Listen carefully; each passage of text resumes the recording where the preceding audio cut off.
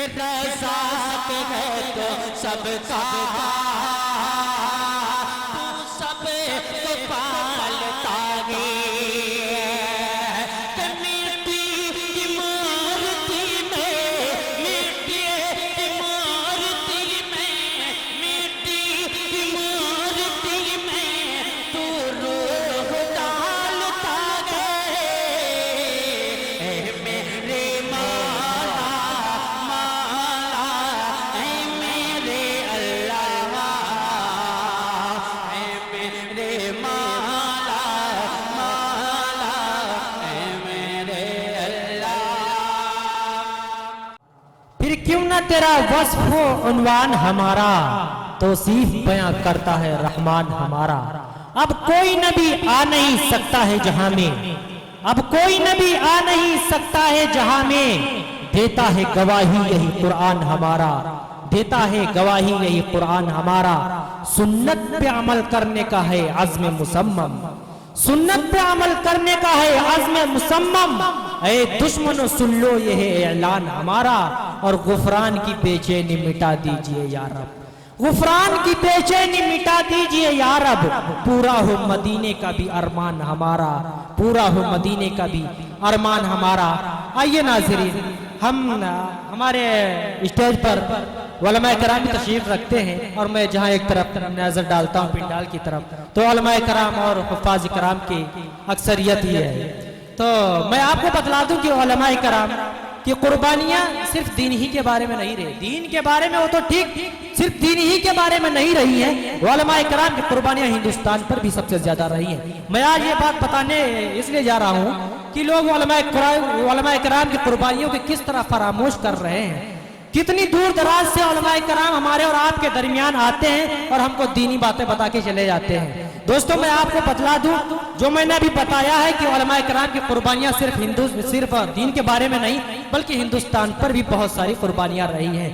میں بتا دوں آپ کو، حضرت شیخ الہند رحمۃ اللہ علیہ کا ایک واقعہ یاد آیا مجھے کہ جب مالٹا کے در و دیوار میں، مالٹا کی جیل میں حضرت شیخ الہند رحمۃ اللہ علیہ کو انگریز سجائے دیا کرتا تھا، تو اس وقت ان کے شاگرد حضرت علامہ حسین احمد مدنی ان سے رہا نہیں گیا، تو انہوں نے کہا کہ حضرت آپ کے پاس الفاظ کا وہ ذخیرہ ہے کہ اگر آپ ان الفاظ کو استعمال کریں گے تو آپ کی بات جھوٹ بھی نہیں ہوگی اور آپ انگریزوں سے چھٹکارا بھی پا جائیں گے۔ تو اس وقت کہا تھا شیخ الہند رحمۃ اللہ علیہ نے کہا تھا کہ حسین احمد ایک بات یاد رکھنا، حالات کے قدموں میں قلندر نہیں گرتا، حالات کے قدموں میں قلندر نہیں گرتا، ٹوٹے جو ستارہ وہ زمین پر نہیں گرتا، اور گرتے ہیں سمندر میں بڑے شوق سے دریا، لیکن کسی دریا میں سمندر نہیں گرتا۔ علماء کرام نے اپنی گردنیں تو جھکا لی ہیں، لیکن اپنی گردنیں تو کٹا لی ہیں، لیکن اپنی گردنیں جھکائی نہیں ہے کسی کے ساتھ۔ وہ علماء کرام ہمارے اور آپ کے درمیان تشریف فرما ہے، اور انہی علماء کرام کے روحانی بیٹے، روحانی پوتے، روحانی پوتے ہی ہیں۔ آئیے میں گزارش کروں گا بڑے ادب و احترام کے ساتھ واعظ و نصیحت کے لیے، خطابت کے لیے ہماری فہرست میں ہے حضرت مولانا فخر الدین صاحب جو لکھیم پور سے تشریف لائے ہیں۔ بڑے ادب و احترام سے گزارش کروں گا کہ حضرت تشریف لائیں۔ الحمد لله نحمده ونستعينه ونستغفره ونؤمن به ونتوكل عليه ونعوذ بالله من شرور أنفسنا ومن سيئات أعمالنا من يهده الله فلا مضل له ومن يضلله فلا هادي له۔ ایکو کم کرو اپنا، بند ہے آواز بہت کھینچ رہا۔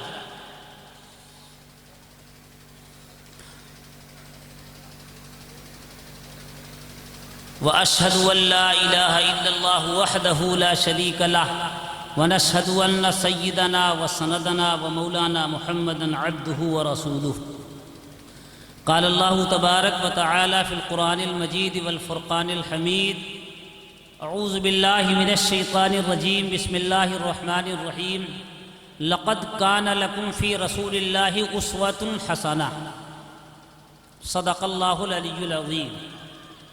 عن ابن مسعود رضی اللہ تعالی عنہ قال: من كان مستنا فليستن بمن قد مات فإن الحي لا تؤمن عليه الفتنة، أولئك أصحاب محمد صلی اللہ علیہ وسلم، كانوا أفضل هذه الأمة، أبرها قلوبا وأعمقها علما وأقلها تكلفا، واختارهم النبي صلى الله عليه وسلم لصحبة نبيه ولإقامة دينه، فاعرفوا لهم فضلهم واتبعوهم على أثرهم وتمسكوا بما استطعتم من أخلاقهم وسيرهم فإنهم كانوا على الهدى المستقيم، أو كما قال صلی اللہ علیہ وسلم۔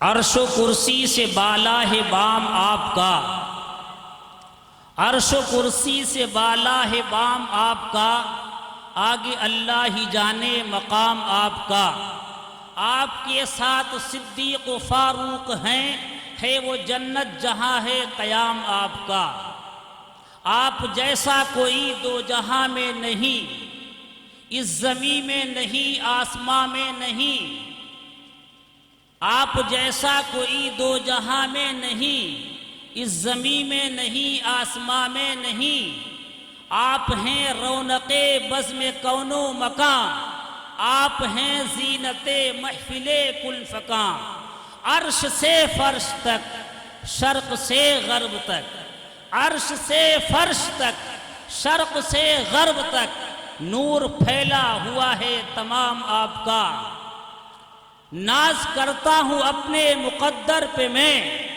ناز کرتا ہوں اپنے مقدر پہ میں، آپ آقا میرے میں غلام آپ کا، ہر نمازی کی ہے تحیات میں تذکرہ آپ کا بعد ذکر خدا، ہر مؤذن کی میں نے اذان میں سنا ایک اللہ کا نام، ایک نام آپ کا صلی اللہ علیہ وسلم۔ اتنا شور شرابہ آپ کر رہے ہیں، جلسہ اصلاح معاشرہ کا یہ بینر لگا ہوا ہے اور ایسی چلت پھرت ہے، ایسا لگ رہا ہے دنیا کا کوئی فلمی اداکار آ رہا ہے تو لوگ اپنے اپنے انداز میں اس کو دیکھ رہے ہیں۔ جلسہ سیرت النبی ہو یا جلسہ اصلاح معاشرہ ہو، وہاں ادب کے ساتھ بیٹھا جائے، جلسے میں کھڑے ہونا، ادھر ادھر چلنا، یہ جلسے کی بے ادبی ہے۔ یہ نبی پاک صلی اللہ علیہ وسلم کے جو ارشادات علماء بیان کرتے ہیں ان کی توہین ہے، یہ حضرات علماء کی توہین ہے۔ اس لیے میرے بھائی میں بڑے ادب کے ساتھ آپ سے یہ عرض کرتا ہوں کہ آپ بیٹھ جائیں تو بہتر ہو، ورنہ انداز ہم کو نرمی بھی آتا ہے اور سختی کا بھی انداز آتا ہے۔ آپ سے ہم کہہ رہے ہیں، آپ جو کھڑے ہوئے ہیں جہاں پہ یہ ساؤنڈ لگا ہوا ہے، شاید آپ نہ ہم کو دیکھ رہے ہوں لیکن ہم آپ کو دیکھ رہے ہیں، بہت بڑا مجمع جو ہے، اور یہ جلسہ جو کمیٹی ہے وہ کہاں ہے؟ وہ ان کو بٹھلائے بھائی، جلسہ کمیٹی کی یہی ذمہ داری ہے کہ لوگوں کو بٹھلائے۔ آپ بٹھلائیے، آگے آئیے، دیکھیں کتنی جگہ پڑی ہوئی ہے، اور بڑھیں آگے۔ کتنے آپ خوش قسمت ہیں، آپ کے درمیان میں ہم سب کے بڑے حضرت مولانا سمیع الدین صاحب قاسمی، محتمم مدرسہ اشرف العلوم و صدر جمعیت علماء لکھیم پور تشریف فرما ہے۔ حضرت کے اندر سادگی چہرے سے بھی لگتی ہے اور حضرت اندر سے بھی سادے ہی ہیں۔ آپ کو اپنے علماء، اپنے اکابر کی پہچان ہی نہیں۔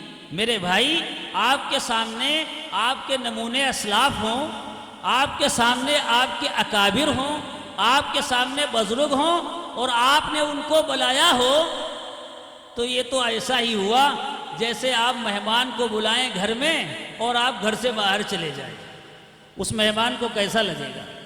اس لیے میں آپ سے بڑے ادب کے ساتھ یہ بات کہتا ہوں، چلت پھرت کا ماحول آپ نہ بنائیں، آپ خاموشی سے بیٹھیں، جو بھی اکابر علماء آئیں گے اپنی اپنی بات کہیں گے، آپ ان کی باتوں کو سنیں، اور خالی سنیں نہ، کانٹا اور ترازو نہ لگائیں، کون مولانا کیا کہہ کے گیا ہے اور اس انداز کس کا کیسا تھا، نہیں، عمل کی نیت سے سنیں۔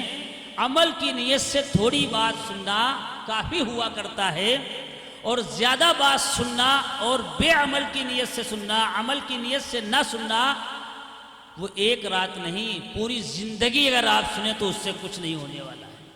اس لیے میرے بھائی، میرے بزرگ، خاموشی کے ساتھ، سکون کے ساتھ، سنجیدگی کے ساتھ، متانت کے ساتھ آپ بیٹھیں۔ اب میں ان اشعار کی طرف آتا ہوں جو میں نے آپ کے سامنے نعتیہ اشعار پڑھے۔ ان نعتیہ اشعار میں 3 چیزوں کا ذکر کیا گیا۔ ایک تو نبی کا نام، دوسرے نبی کا مقام، تیسرے نبی کا کام۔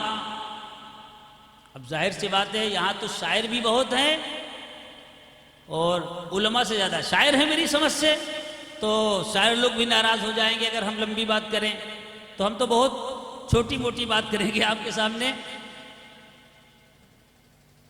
نبی کا مقام، چھوٹا منہ بڑی بات، لیکن چونکہ استاذ محترم بیٹھے ہیں، چھوٹے سے سبق سنایا ہے ہم نے، تو آج ہم سبق ہی سنانے جا رہے ہیں استاذ محترم کو۔ اصلاح ہوگی انشاءاللہ۔ آپ سبھی لوگ دعا فرمائیں کہ اللہ تعالی ہمیں صحیح بات کہنے کی اور آپ کو صحیح بات سننے کی اور ہم سب کو مل کر اس پر عمل کی توفیق عطا فرمائے۔ نبی کا مقام، نبی کہتے کس کو ہیں؟ نبی کا مقام کیا ہے؟ نبی کا منصب کیا ہے؟ نبی کا مرتبہ کیا ہے؟ تو ایک بات سمجھو، اصولی طور پر ہم اخبار کی سرخیوں کے قائل نہیں ہیں۔ جو بات کہیں گے اس پر دلیل پیش کریں گے، جو دعویٰ کریں گے اس کی پشت پر دلیل ہوگی۔ نبی کی ذات اور ہے اور نبی کی بات اور ہے۔ نبی کی ذات جامع ہوتی ہے، نبی کی ذات کامل ہوتی ہے۔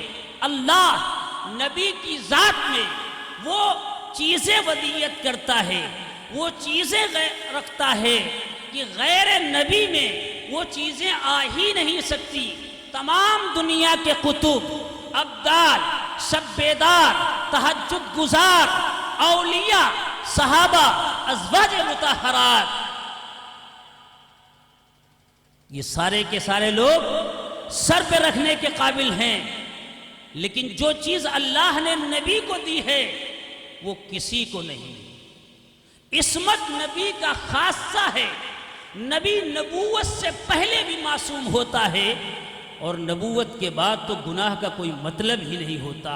عصمت کو، پاک دامنی کو نبی سے الگ نہیں کیا جا سکتا۔ عصمت نبی کا خاصہ ہے، لہذا ساری دنیا کے لوگ مل کر کوئی کمال دکھانا چاہیں تو وہ کمال ان کے اندر آ ہی نہیں سکتا جو کمال اللہ نے اپنے محبوب حضرت محمد الرسول اللہ صلی اللہ علیہ وسلم کے اندر رکھا ہے۔ مثال کے طور پر ہم چند مثالیں پیش کرتے ہیں۔ نبی اگر سو جائیں تو سونے کے بعد نبی بغیر وضو کیے ہوئے نماز پڑھ سکتے ہیں، عبادت کر سکتے ہیں۔ ہم آپ سو جائیں، خواجہ صاحب سو جائیں، کوئی صحابی سو جائے، جب یہ سوئیں گے تو نیند ان کے لیے ناقص وضو بنے گی، لیکن جب نبی سوئیں گے تو نیند نبی کے لیے ناقص وضو نہیں ہے۔ کیوں؟ جب نبی سوتا ہے تو نبی کی آنکھیں سوتی ہیں، نبی کا دل جاگتا ہے، لہذا نبی سونے کے بعد جب بیدار ہوں اور کوئی عبادت کرنا چاہیں تو بغیر وضو کے نبی عبادت کر سکتے ہیں۔ دنیا کے اندر اللہ نے اگر یہ کمال کسی کو عطا فرمایا ہے تو نبی پاک صلی اللہ علیہ وسلم کو عطا فرمایا۔ آگے بڑھیں، اللہ نے دوسرا کمال نبی کی ذات میں کیا رکھا؟ نبی اگر کوئی خواب دیکھیں تو وہ وحی کا درجہ رکھتا ہے۔ کوئی ولی خواب دیکھے اس کے حق میں بشارت کی چیز ہو سکتی ہے، لیکن ولی کے خواب پر شریعت کی دیوار کو کھڑا نہیں کیا جا سکتا۔ ولی کے خواب پر شریعت تعمیر نہیں کی جا سکتی۔ یہ مقام، یہ مرتبہ نبی کو حاصل ہے کہ نبی کا خواب وحی کا درجہ رکھتا ہے، نبی کے خواب پر شریعت کھڑی کی جا سکتی ہے۔ اللہ نے نبی کی ذات میں یہ دوسرا کمال رکھا ہے۔ لوگ کہتے ہیں علماء دیوبند نبی کو مانتے نہیں ہیں، نبی کے مقام کو نہیں سمجھتے ہیں۔ یاد رکھو، جتنا زیادہ علماء دیوبند نبی کے مقام کو سمجھتے ہیں، اتنا زیادہ کوئی دوسرا نہیں سمجھتا۔ اور دلیل کیا ہے؟ دلیل یہ ہے کہ حضرات اکابر علماء دارالعلوم دیوبند اشعار کے بہت قریب نہیں ہیں، کسی کو برا نہ لگے۔ کیوں؟ قرآن پڑھیے آپ، سورہ یاسین، وَمَا عَلَّمْنَاهُ الشِّعْرَ وَمَا يَنبَغِي لَهُ۔ نبی جس دور میں آتے ہیں شعر و شاعری کا دور ہے، لیکن اللہ نے اپنے محبوب کو شعر کا علم نہیں عطا فرمایا۔ شعر ہم نے نبی کو نہیں دیا، نبی کے لیے مناسب بھی نہیں تھا۔ ہمیں معاف کریں آپ لوگ، جلسے ہوتے ہیں، ایک بیان ہوتا ہے، 10 نعتیں ہوتی ہیں۔ ہم نعتوں کے مخالف نہیں ہیں، نعت میں بھی نبی کی سیرت ہوتی ہے، بیان میں بھی نبی کی سیرت ہوتی ہے۔ ہونا یہ چاہیے تھا، نعت ایک ہوتی، بیان 10 ہوتے، تب تو کچھ سمجھ میں آتا۔ لیکن نعت انسان زیادہ تر مزہ آ رہا ہے، فرمائش ہو رہی ہے، وہ نعت پڑھی جائے، یہ نعت پڑھی جائے۔ یاد رکھو، دنیا کے اندر آپ اس لیے نہیں آئے ہیں آپ اپنی چاہتوں کو پورا کریں، آپ دین کو اپنی چاہت میں ڈھالیں، بلکہ دنیا میں آپ اس لیے آئے ہیں کہ آپ اپنی چاہت کو مٹائیں اور دین کو اپنے اوپر غالب کریں۔ اگر آپ ایسا نہیں کرتے ہیں تو یاد رکھو، جلسے میں صرف نبی کی سیرت اسٹیج تک رہے گی، اسٹیج سے اترنے کے بعد نہ عالم کے اندر وہ چیز نظر آئے گی، نہ شاعر میں وہ چیز نظر آئے گی، نہ سننے والوں میں وہ چیز نظر آئے گی، تو پھر فائدہ ہی کیا رہا؟ معاف کیجئے گا تھوڑا ہمیں۔ تو نبی پاک صلی اللہ علیہ وسلم کے اندر دوسری خصوصیت کیا ہے کہ نبی کا خواب وحی کا درجہ رکھتا ہے۔ تیسری خصوصیت، نبی کے جسم پر پوری زندگی مکھی نہیں بیٹھا کرتی۔ کیوں؟ اس لیے کہ نبی کے خمیر میں جنتی مٹی شامل ہوتی ہے۔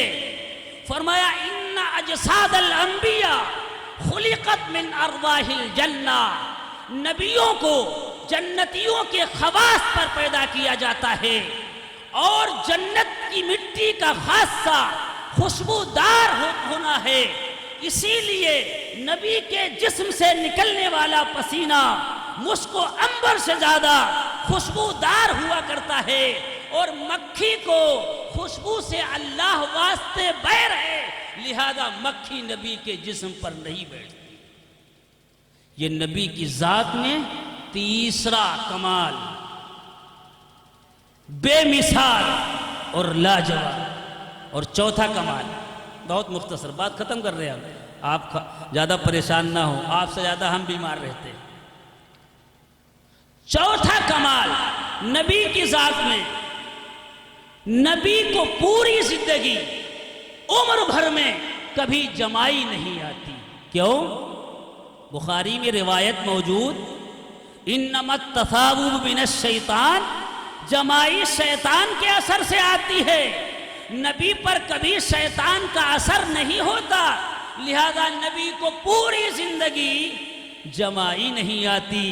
نبی کے اندر ذات میں یہ چوتھا کمال ہے اللہ نے رکھا جو کسی کو حاصل نہیں۔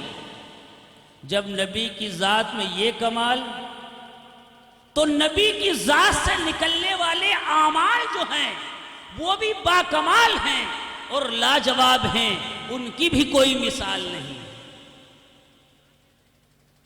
جب نبی کی ذات لاجواب، اور بے مثال ہے تو نبی کا عمل بھی لاجواب اور بے مثال ہے۔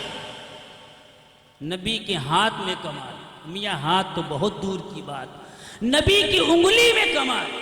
آپ سورہ طٰہٰ پڑھیں، سورہ طٰہٰ کی ابتدائی آیات پڑھیں، آپ کو پتا چلے گا اللہ کیا فرماتا ہے حضرت موسیٰ علیہ السلام سے کہ اے موسیٰ اپنی لاٹھی کو آپ دریا پہ ماریں، دریا میں راستے بن جائیں گے۔ چنانچہ حضرت موسیٰ نے اپنی لاٹھی کو دریا پر مارا، راستے بن گئے۔ کیا پتا چلا؟ معلوم یہ ہوا کہ موسیٰ زمین پر ہیں اور دریا زمین پر ہے، اور موسیٰ کا معجزہ یہ زمین پر ظاہر ہوتا ہے، لیکن یتیم عبداللہ خاتم الانبیاء حضرت محمد الرسول اللہ صلی اللہ علیہ وسلم کا کمال دیکھو، معجزہ دیکھو۔ ابو جہل آیا، اس نے کہا اگر آپ اپنے کو اللہ کا نبی کہتے ہیں، بات کی بات بتاتے ہیں، تو چاند کے 2 ٹکڑے کر دیجئے۔ آپ صلی اللہ علیہ وسلم نے اپنی انگلی مبارک کو اٹھایا، چاند پھٹا، چاند میں ٹکڑے ہوئے، چاند کا ایک ٹکڑا کوہ صفا کی طرف گیا، چاند کا دوسرا ٹکڑا کوہ مروہ کی طرف گیا۔ جب یہ معجزہ ابو جہل نے دیکھا تو اس نے کہا نبی نے چاند پر جادو کر دیا ہے۔ اقتربت الساعة وانشق القمر وإن يروا آية يعرضوا ويقولوا سحر مستمر۔ اس نے کہا یہ تو جادو ہے جو نبی نے کیا ہے۔ بتایا گیا اگر جادو ہے تو یہ جادو مدینے ہی کے اندر تو ہوگا، اور اگر جادو نہیں ہے تو مدینے کے باہر بھی یہی حالت ہوگی۔ چنانچہ قبائل سے وفد بھیجا گیا اور انہوں نے تائید کیا، تصدیق کیا اس بات کی، ہم نے فلاں رات میں دیکھا کہ چاند پھٹا، اس کا ایک ٹکڑا کوہ مروہ کی طرف گیا، دوسرا ٹکڑا کوہ صفا کی طرف گیا۔ ہاں وہ معجزہ ہے نبی کا، اور معجزے کے اندر جو ہے شے کی حقیقت بدل جایا کرتی ہے۔ علماء بیٹھے بھی بتائیں گے جادو کے اندر شے کی حقیقت نہیں بدلا کرتی۔ جب نبی کی انگلی میں یہ کمال تو نبی کی مٹھی میں کتنا کمال ہے۔ یاد آیا خیبر سے واپسی پر آپ صلی اللہ علیہ وسلم نے ظہر کی نماز ادا کی، حضرت علی رضی اللہ تعالی عنہ کو کسی ضرورت سے بھیجا، نبی عصر کی نماز سے فارغ ہے، حضرت علی آتے ہیں، آپ صلی اللہ علیہ وسلم تھکے ہوئے ہیں، علی کی ران پر آپ صلی اللہ علیہ وسلم اپنا سر مبارک رکھ کر آرام کرتے ہیں۔ کتنا مبارک وہ سر ہوگا اور کتنی مبارک وہ ران ہوگی جس پر آقا کا سر رکھا گیا ہوگا۔ آقا صلی اللہ علیہ وسلم تھکے ہوئے، آنکھ لگ گئی، ٹائم عصر کا جا رہا ہے، مغرب کا ٹائم جا رہا ہے، حضرت عصر کا وقت جا رہا ہے۔ حضرت علی رضی اللہ تعالی عنہ فرماتے ہیں آقا عصر کی نماز کا وقت جا رہا ہے۔ آپ نے فرمایا علی گھبراؤ نہیں، عصر کا وقت ملے گا تم کو۔ چنانچہ اللہ کے نبی نے اللہ کے دربار میں یہ دعا کی، یا اللہ یہ تیرا بندہ علی تیرے محبوب کی ضرورت سے کہیں گیا تھا، اس ڈوبے ہوئے سورج کو واپس کر دے۔